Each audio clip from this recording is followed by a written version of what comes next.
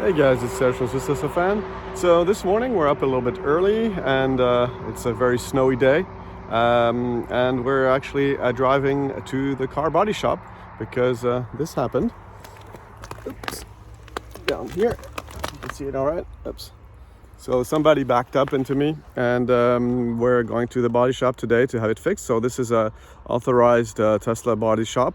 There are quite a few in Switzerland. So what I did is I contacted Tesla. They gave me a list of places to go to. And basically these people are actually trained by Tesla. And we're gonna see if we can get a Tesla borrowed car. Lender. They only have two, so it depends on how many people they need to process. So yeah, that's it. Let's get to the shop and let's see what we get as another car. Oh, before I forget, so for this bump, they said that they had to change the whole door and then maybe also fix the colors and stuff. So they're expecting this to take about a week. So it's Monday. I'm taking the car in today and we'll see how long it actually takes. The part should be already here. That's what they told me. So I didn't have any issues with part delivery or having to wait much. I think I waited 2 weeks tops. All right, that's it. Let's get to it.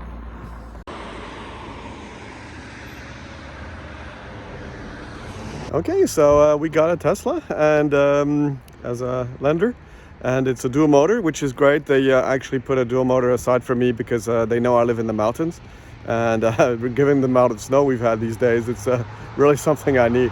So I'm really happy with that. And the car is actually more recent, a Model 3, so it's a 2020 model, I think.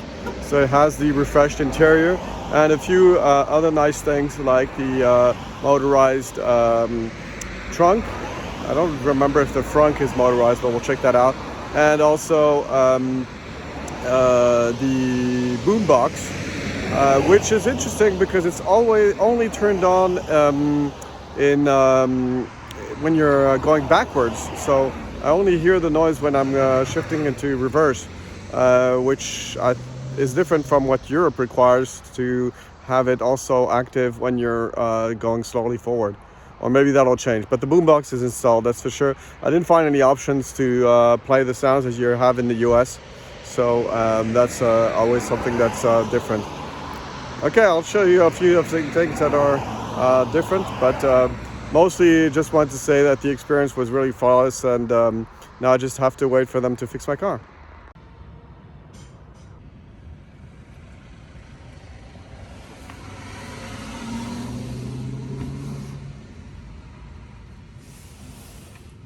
Okay, so we can see here that we can open this, but we don't have the storage bin here that's available in my Model 3. I find this a little bit, you have to give it some force to open it compared to the other one that's really, just flip. And of course the charging area for the phones is not covered anymore, so that means you can't hide the phone, but again, at the same time, it's not a good idea to leave it inside the car. Also, another change is now there's the USB stick for Sentry mode and dash cam that's inside the glove box. So that's also a change, and it looks like they have the USB stick that Tesla provides. I haven't checked which one it is, but that's actually a Samsung one, but they brand it and sell it in the Tesla store. So now if I want to open the trunk, I can just put my hand underneath here and press the button, and you can see that it opens automatically. And then if I want to close it, there's a button up here and I just close it. So that's something that was really missing on my model, and it's a good thing that a car from this generation finally has that. Okay, and we'll check the frunk. I'm not sure if it's automated, so let's go see.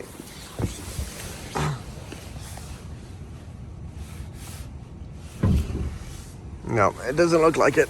Up. Let's go see. In the frunk. Up. No, the frunk is not automated, so it's only the back. Oh, actually, there's some leaves in here. We'll get rid of those. Oops. Galaxy can thank me. Okay, that's all the differences I can find for now. So if I notice any more, I'll let you know. But yeah, just some minor refinements, and overall the car build looks great. Oh yes, there is one more thing. The SOS button has been removed and replaced by a button on the front console. So I'll show you this now. So on my car, there's an SOS button next to the emergency lights button here, but now it's on the top of the screen here. Yeah, so that's actually an improvement, because I use the emergency blinking lights, you know, and to signal, you know, like a strong braking and stuff like that. So I used to hit the SOS button a lot by mistake. So I think that's an improvement that they moved it. Okay, so a lot has happened since I shot the video initially, and yes, I did lose weight.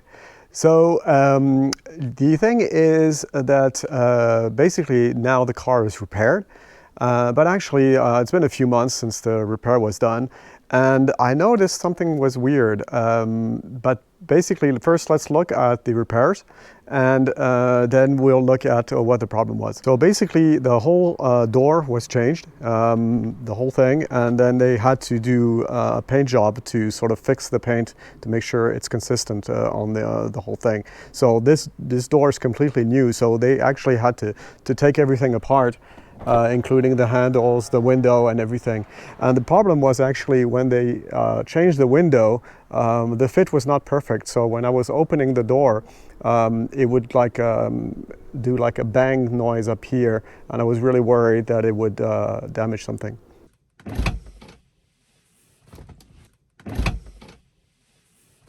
So basically all I had to do was just contact the body shop, and they said, oh sure, bring it in, and immediately they fixed the problem. They adjusted the window, and then I had no more an issue. So a very important thing, if you have, I mean that's true for any work on a car, make sure that any issues you notice, you make sure you report them as quickly as possible, because you do have a warranty on that work, so it'd be a shame not to use it. So in my case, it was really fixed in a matter of 20 minutes. So would I recommend this company I went to? Yes, actually I would. I think that the Tesla certification is quite good. The only thing is, of course, parts might be an issue depending on availability. And of course, also, you know, they have to follow guidelines and stuff. Anyway, that's it for this video. I hope you liked it. I'm sorry it took so long to film, but I was very busy. And I'll see you in the next one. And if you have any questions, don't hesitate to put a comment below.